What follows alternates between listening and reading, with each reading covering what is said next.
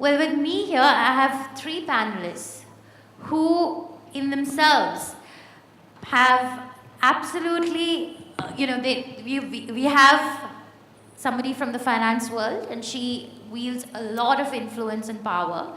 We have somebody who has built one of the biggest entertainment brands in the country and is now looking at empowering millions of people across the country, Zarina.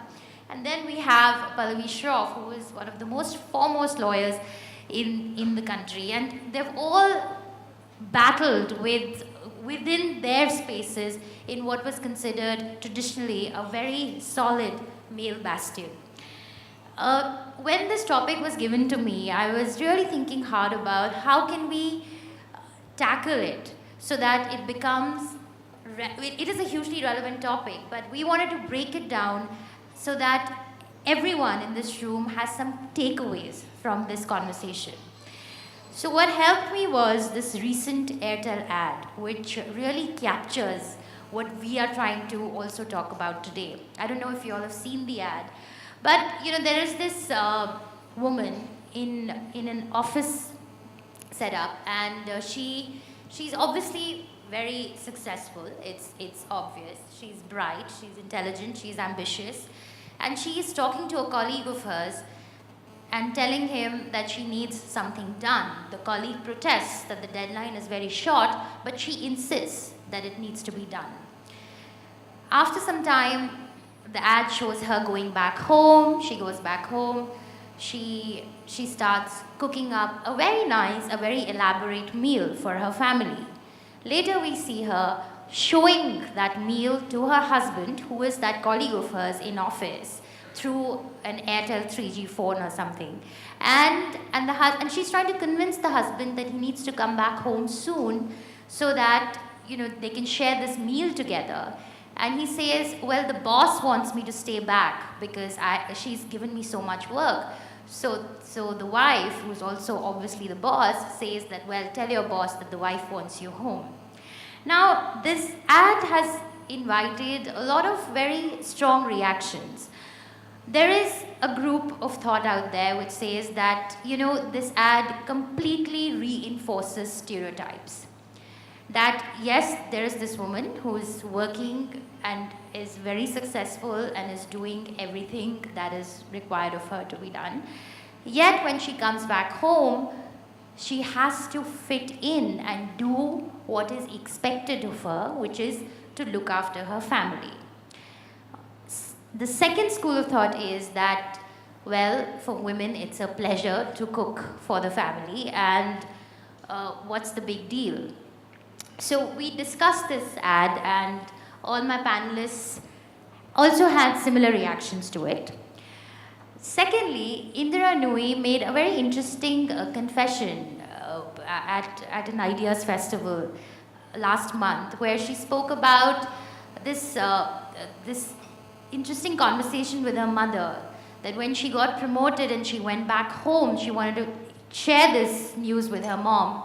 But her mother tells her, first go get some milk, and then we'll talk about it. I don't know if you've read about this. So these are the two key, which again reinforce what we constantly try to deny, but they are very much a reality in our lives.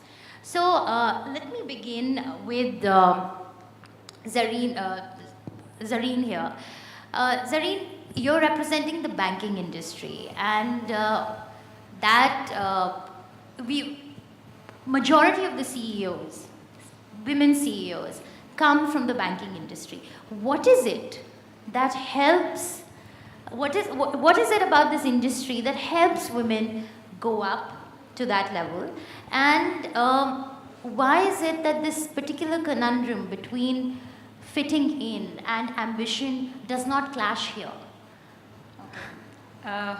So first of all, I thought I should tell you that half the CEOs are from ICICI Bank. Yeah. So a lot of CEOs that we see, whether it's Kalpana or Vedika or Renuka, a lot of them are ex-ICICI. But coming to banking as an industry, I think women fit very well in a service kind of industry, and banking clearly gives the women the kind of comfortable working conditions, if I was to use the word, whether it's hospitality. I think women do exceedingly well in a service kind of industry, whether you take IT, etc. So coming to ICICI Bank, I think ICICI Bank has, I've always been asked this question, what is it that is special about ICICI Bank that so many women are there at the top? I think in ICICI Bank, what we've done is very special, little things that make a woman's life easy. For example, maternity leave instead of 3 months is 6 months. If somebody wants to take a 1 or 2 year break after having a baby, we allow that and they can come back and take the job back. Then we allow something called fertility leave also. So if a woman is not conceiving, small things. Adoption leave. If somebody wants to adopt a child, we give that leave. Similarly, if women are working late, we ensure that a male in the group is responsible for ensuring she reaches home safe. We have a gender neutrality company. In fact, I'm the chairperson of that, where any sexual harassment or any kind of such work incidents are actually coming to a committee of women. So it just makes a woman feel very safe. Secondly, now it's self-fulfilling because we have a lot of women bosses, so women feel more comfortable working in a place where women Sure. are there. So that's what's happening. Okay, we'll come to the personality traits that are required, or the expertise, of course, is another part of it. But banking per se is not a very aggressive or aggressive profession. It is aggressive Yeah. to a degree, but it's not in your face like, for instance, how a lawyer is supposed to be. Yeah. You know, you're in a courtroom, you have to fight. So, Pallavi, tell us, when you started out, of course, you've had amazing role models at your home, but when you went out and when you were, representing cases, were there stereotypes that you came across? Because clearly you were determined to succeed. But did you face any resistance from your colleagues or peers? Plenty of resistance, and I agree. When I started, and I think to a large extent even today, law is a male-dominated profession. When I started several decades ago, I think, there were very, very few women in the profession. Not all of them even took the profession seriously. And it was not unusual for me to go to court and the judge asking, my husband and I both started practicing at the same time, and for a lot of them asking me, are you waiting for Mr. Shroff to come and argue this case? I used to really get mad, absolutely mad. I said, why can't I argue it? I had to sometimes struggle with them to say, no, I am going to argue it, and can I start? There have been times when the judges would look at me with all my papers and books and all, and look at the other side and say, oh, but she's come with her books and she wants to argue.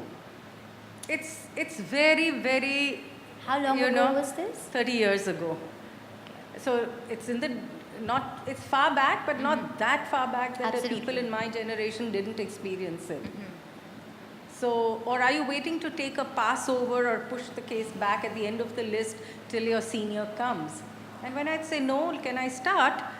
Or very reluctantly, in a sarcastic way, they would hear me, and I'd keep on at it till I got an order that I wanted. And there have been a number of such instances.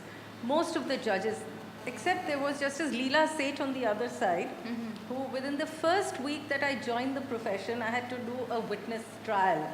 So I started nervously, I went on, and then my husband came into the courtroom, just figuring out what was happening, And she politely and firmly said, Mr. Shroff, you can leave. She's doing a great job, and don't worry, just go on. Just go do something else. So you had one judge who was so encouraging of women, another woman, as you said, encouraging another woman. And you had majority of the judges who thought your place was better in the house than standing in court and Okay. arguing. So yes, there was a lot of resistance. What did I do? I think I just stood there, went every morning there, whether I had an ill child at home or not, I was there ready with my papers, ready with my case, ready to argue. Okay. No excuse. If you were in a man's world, you did everything that was required to be done without an excuse. Okay. Simple. Okay. Zarina, you're doing a lot of work with rural women. Tell us about the ambition that we are seeing at that level, because we always associate ambition with, educated, the privileged. But that's not the case, right? That's right.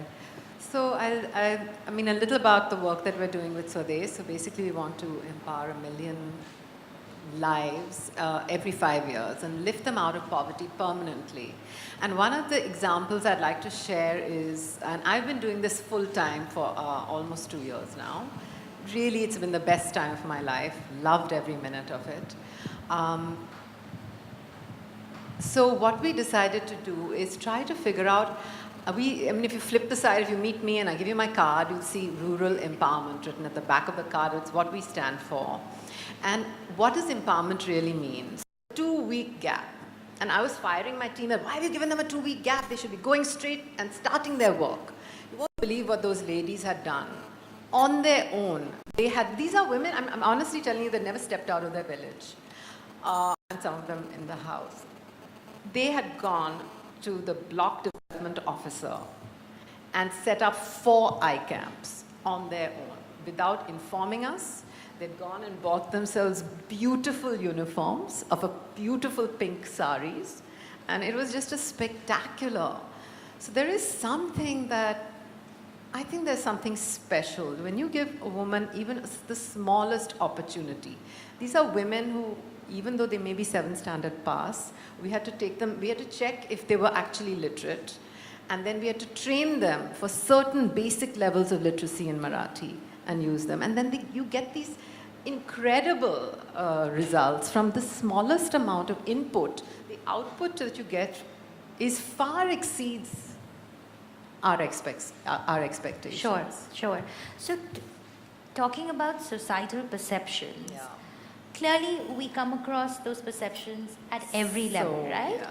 So, and it's probably harder to battle them at if you're really at the bottom of the pyramid, so to speak.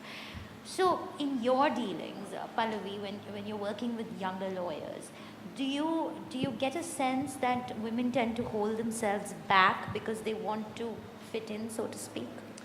Not anymore. I don't think anymore. The younger, and we at Amarchand take, I think our gender ratio is almost equal, and it has been consistently between 45 to 55. And I think we try and maintain that, subject to, of course, everything being equal. I mean, competence-wise and capability-wise, women being as good as men. And I think women are better than men on a number of occasions, if you ask me personally. They just outshine the men in the profession. And so I think, no, today women are not really so tied down, because yes, they will have certain periods where they, say, example, can't travel, but I find women staying back at night if they need to. The firm will have policies to ensure that they reach safely. Women's safety and security is a very big issue for us. Sexual harassment is a very big issue, so we have a committee in place. We make the environment more enabling for women. Since I am there particularly, and I know that I went through a lot of challenges, I try to make life easier for women to be able to deal with the challenges that I dealt with. For example, for women today, at the firm, we have a daycare center, which is in our own building. Okay. So they can come, once their child is 6 months old, they can come and leave the child at the daycare center. Then we have a concierge facility, so your day-to-day chores that a woman has to take care of in the house can be taken care of. We have flexi hours if mothers want to work, no problem, so long as work gets done. So we have maternity leave, of course, paternity leave. Right. So now all of that's those facilities. So all that's happening at an organizational level, and one of the best law firms in the country, or the largest private sector bank. But clearly, there are there are boxes that women have to tick on, right? That okay, to be able to do this, I need to do A, B, C, D, E, F. There are certain unspoken rules, and in some cases they are spoken and emphasized again and again.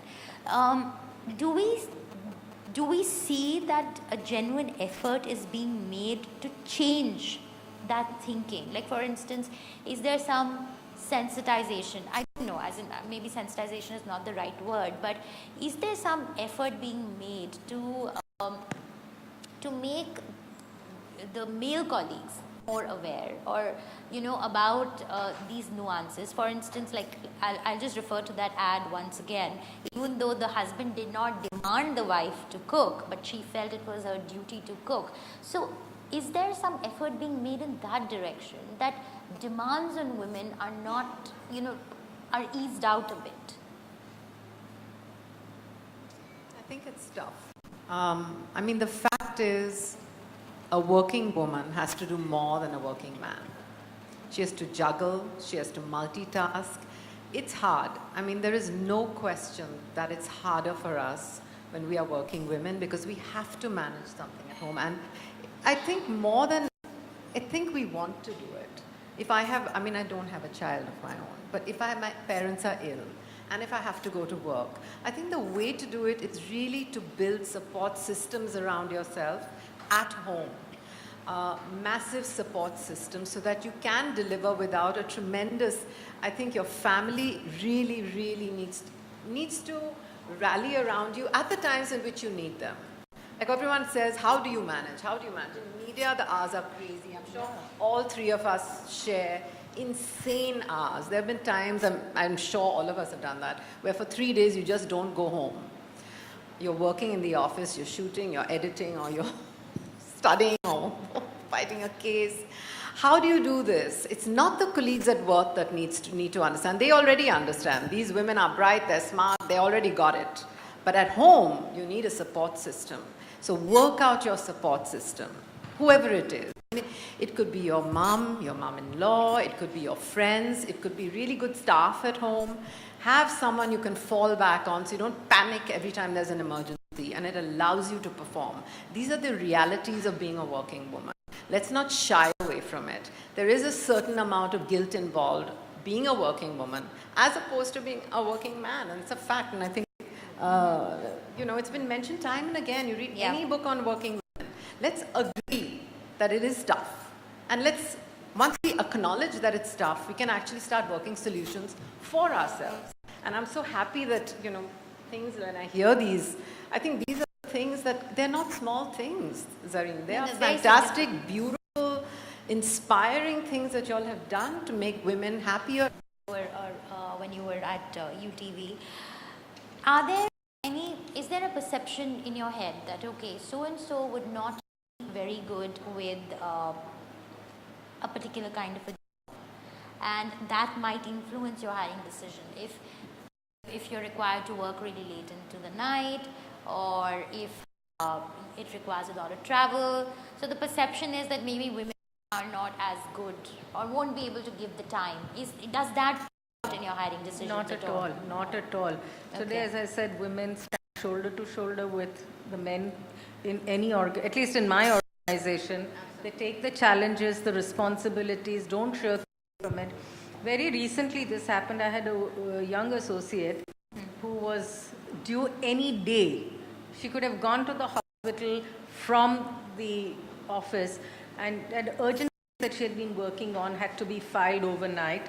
She'd taken leave, she came back, she worked through the night, court the next morning, filed it, got it heard, and went home after that. And she delivered the next day.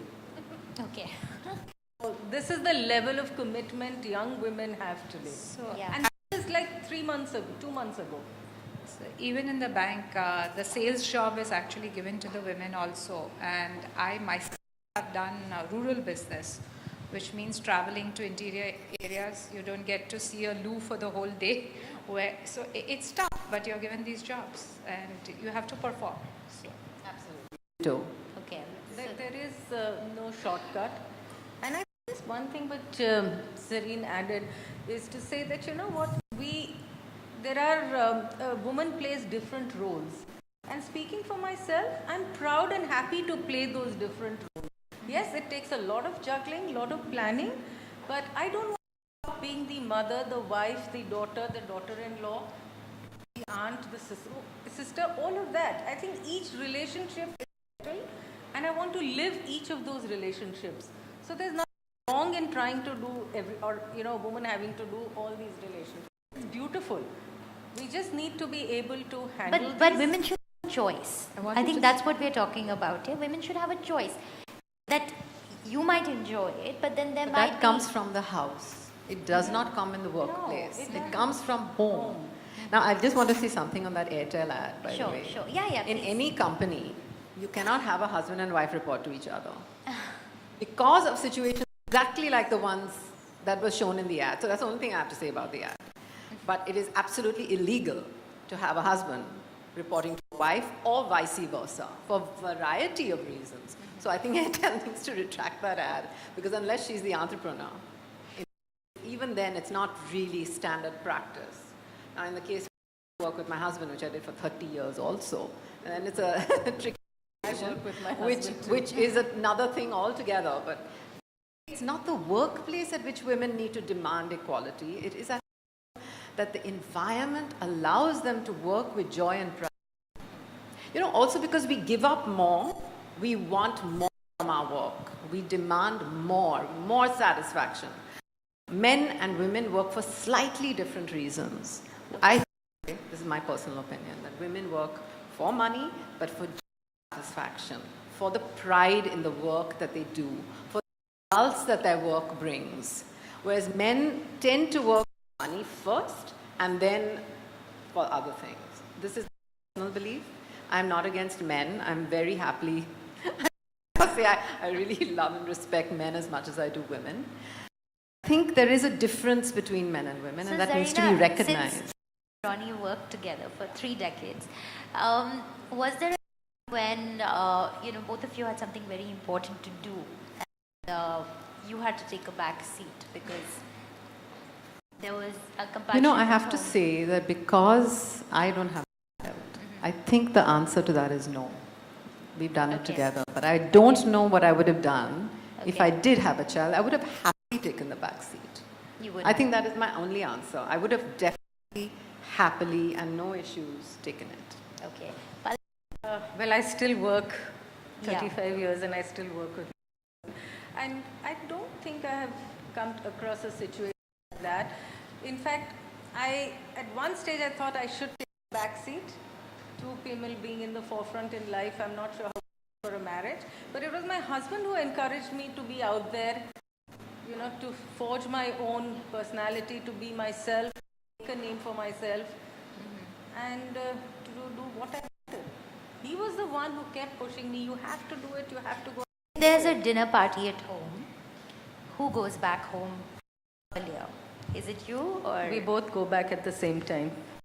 I might go half an hour earlier to arrange some flowers and make sure like everything's cooking in the kitchen. 90% of the time we go back together. together? Okay, that's great. Any personal anecdotes that you'd like to share? Let me start with you, Zareen.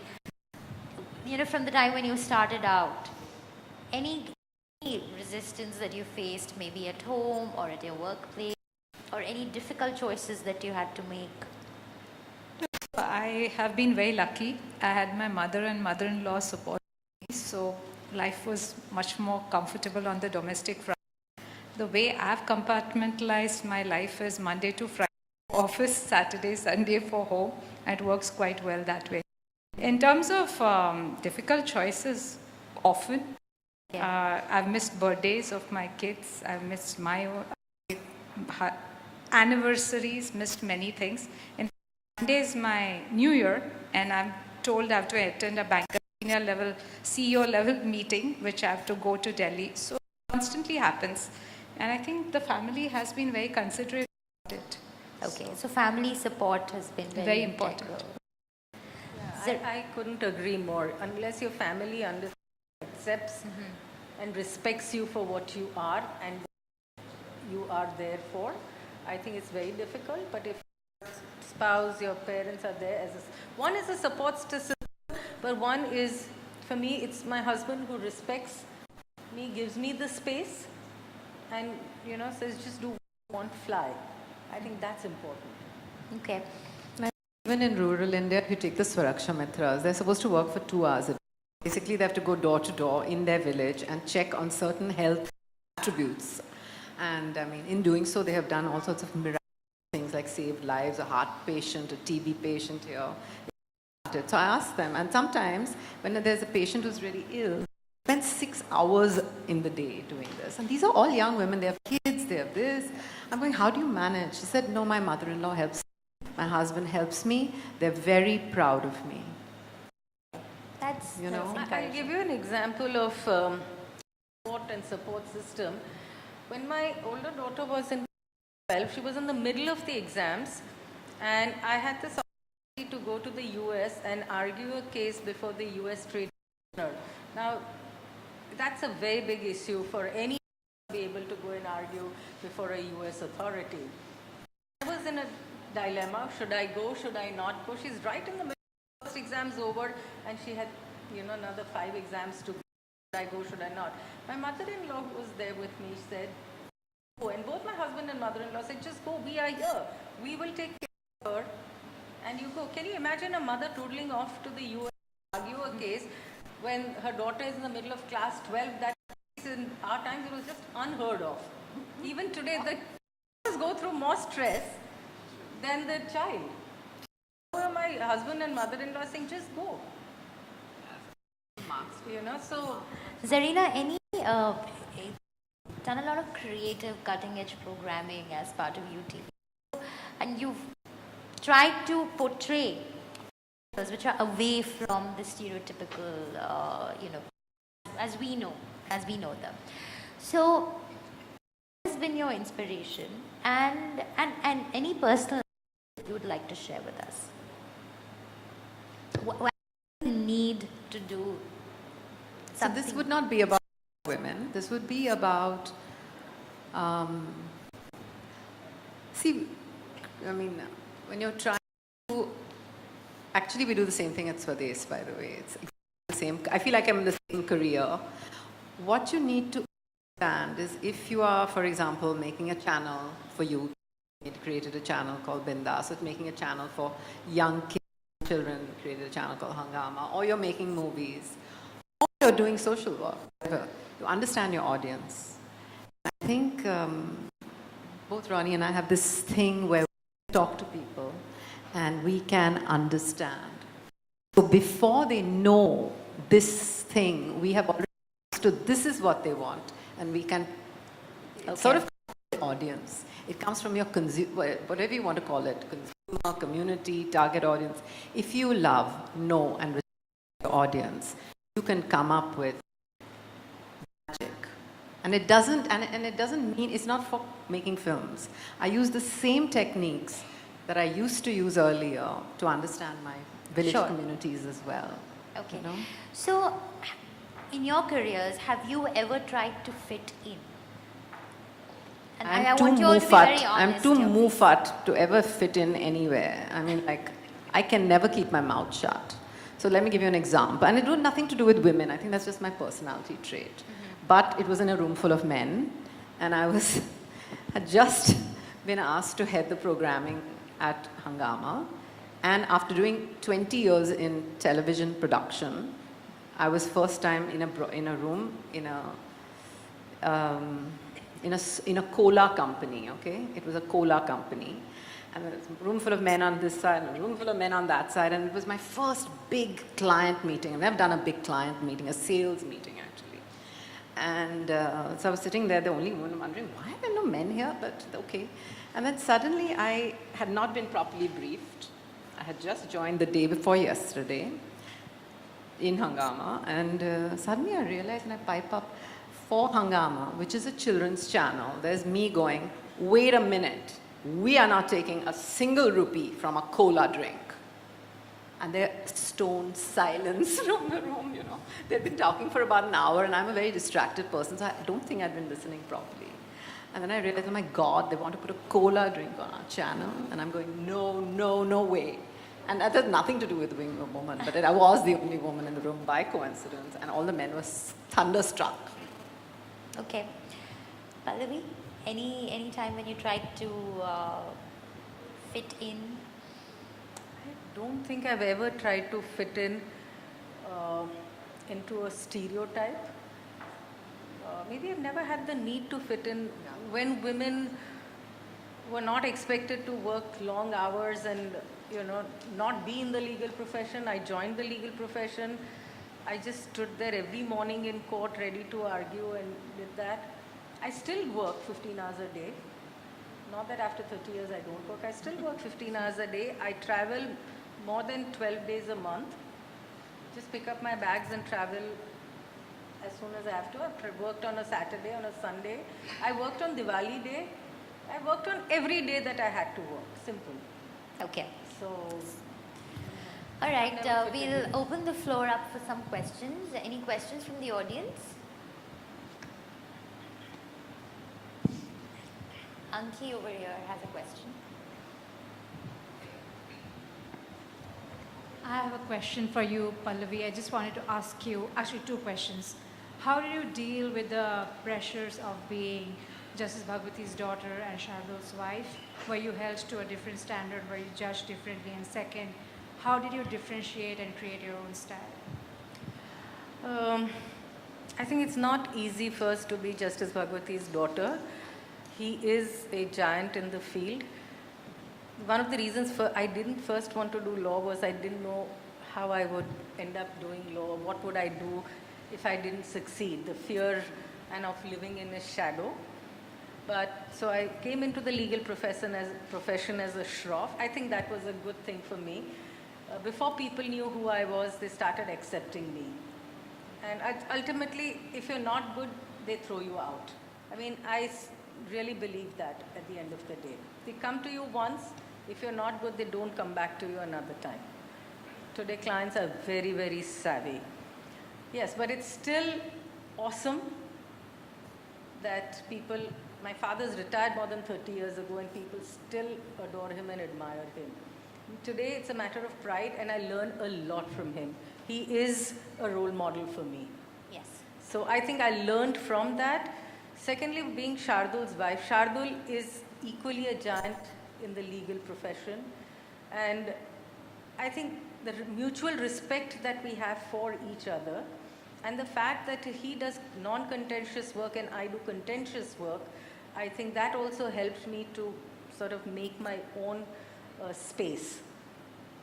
And the unstinting support that I get from him, the encouragement actually to push me out there, you know, is just unbelievable. So I think I dealt with both of them in two completely different ways. Okay. The lady over there, please.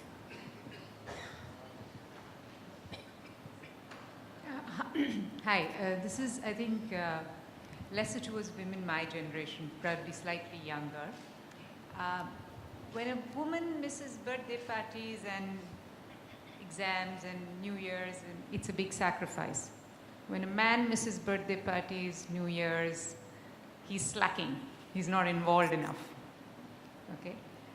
Why this entitlement?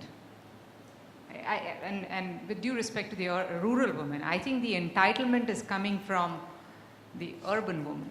You know, whether it be board quotas, and I was not there for that panel earlier today, or whether it be this sacrificing. You're not sacrificing anything. You want to have it all. Well, I don't believe... You, and I mean with due respect, us. No, I agree. So if you see, I didn't put it as a sacrifice. It was a challenge.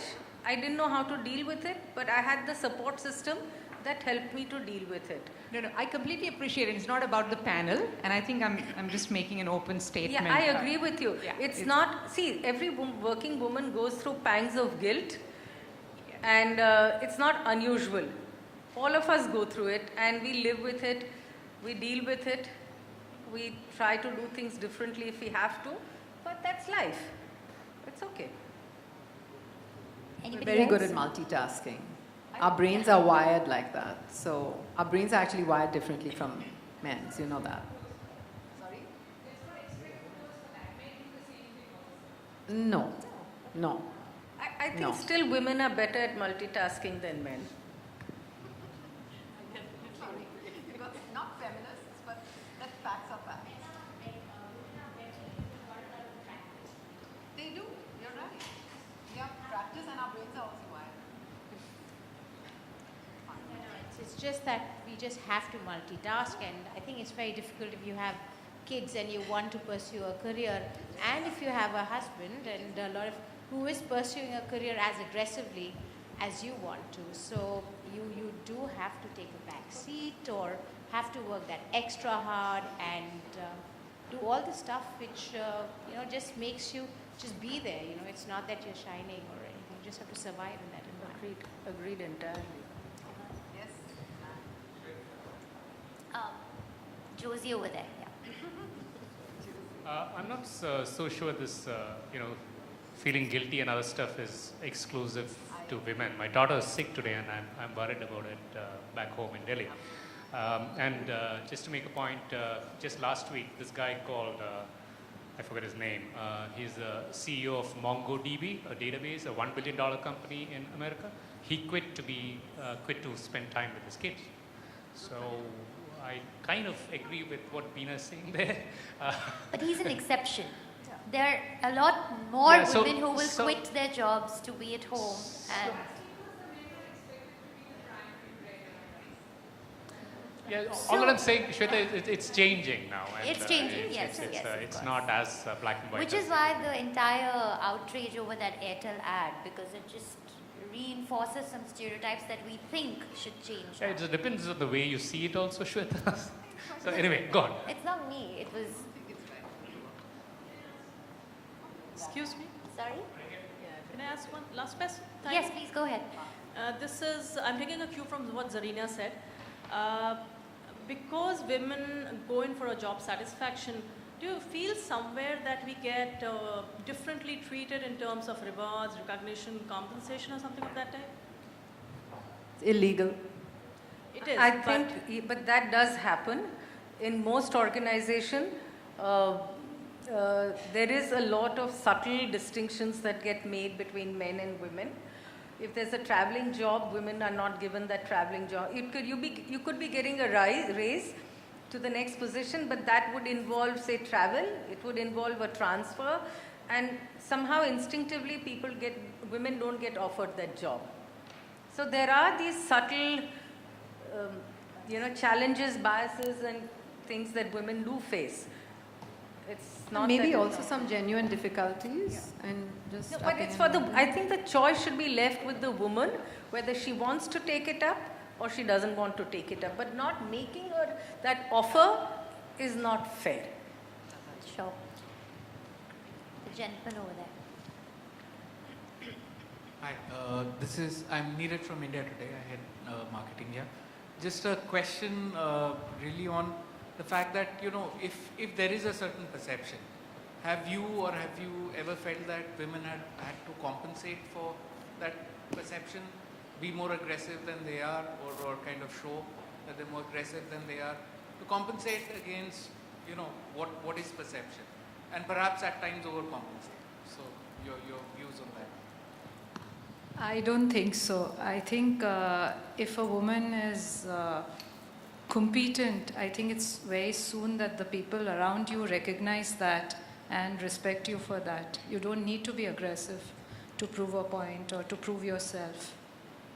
I think also being aggressive is just not very healthy, competitive, collaborative, competent. Those are the words, man or woman. Aggression just doesn't work for anyone in any circumstance. It's sort of like a you versus me thing. It's not needed.